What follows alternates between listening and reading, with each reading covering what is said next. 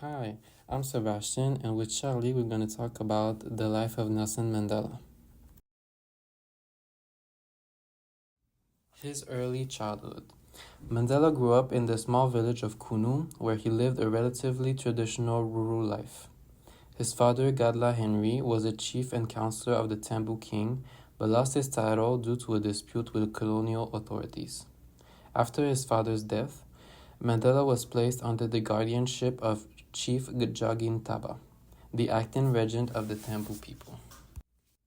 Under Jagin Taba's care, Mandela was exposed to leadership and governance.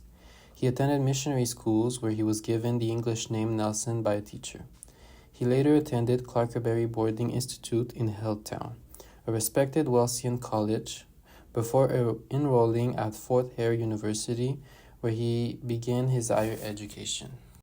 During his youth, Mandela was deeply influenced by African traditions and the value of leadership he observed under Chief Jagin Taba. However, he also became aware of the injustices of colonial rule and racial segregation. When he left for Johannesburg in 1941 to avoid an arranged marriage, he encountered the harsh realities of apartheid, which set him on the path towards political activism. So let's talk about Nelson Mandela's time in prison. So Nelson Mandela was arrested in 1962 and sentenced to 5 years for leaving the country illegally and inciting workers to strike.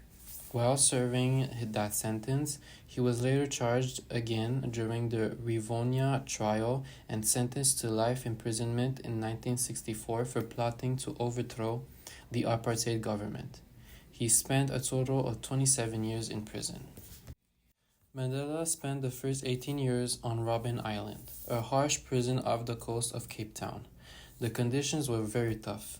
Mandela and other political prisoners were forced to do hard labor in lime quarry, received poor food, and lived in small cells. Despite this, Mandela remained strong and became a symbol of resistance. He also secretly studied, educated younger prisoners, and maintained his dignity. In 1982, Mandela was transferred to Poolsmoor Prison in Cape Town to isolate him from other activists. While the conditions were slightly better, he was still heavily monitored. During this time, Mandela began private talks with government officials as both sides started realizing that apartheid could not last forever. Then, Mandela was moved to Victor Verster Prison in 1988, where he lived in a small house inside the prison grounds. Here, he had more freedom and continued secret negotiations. His health has worsened during his time in prison, but he still kept pushing for peace. On February 11, 1990, Mandela was finally released after 27 years behind bars. His release marked the beginning of the end of apartheid and led to his election as the first black president of South Africa in 1994. Now we are going to talk about his presidency. Nelson Mandela became the first black president in South Africa on May 10, 1994, after the first democratic election of the country. His presidency marked the official end of the segregation and the beginning of the new era of racial reconciliation and nation building.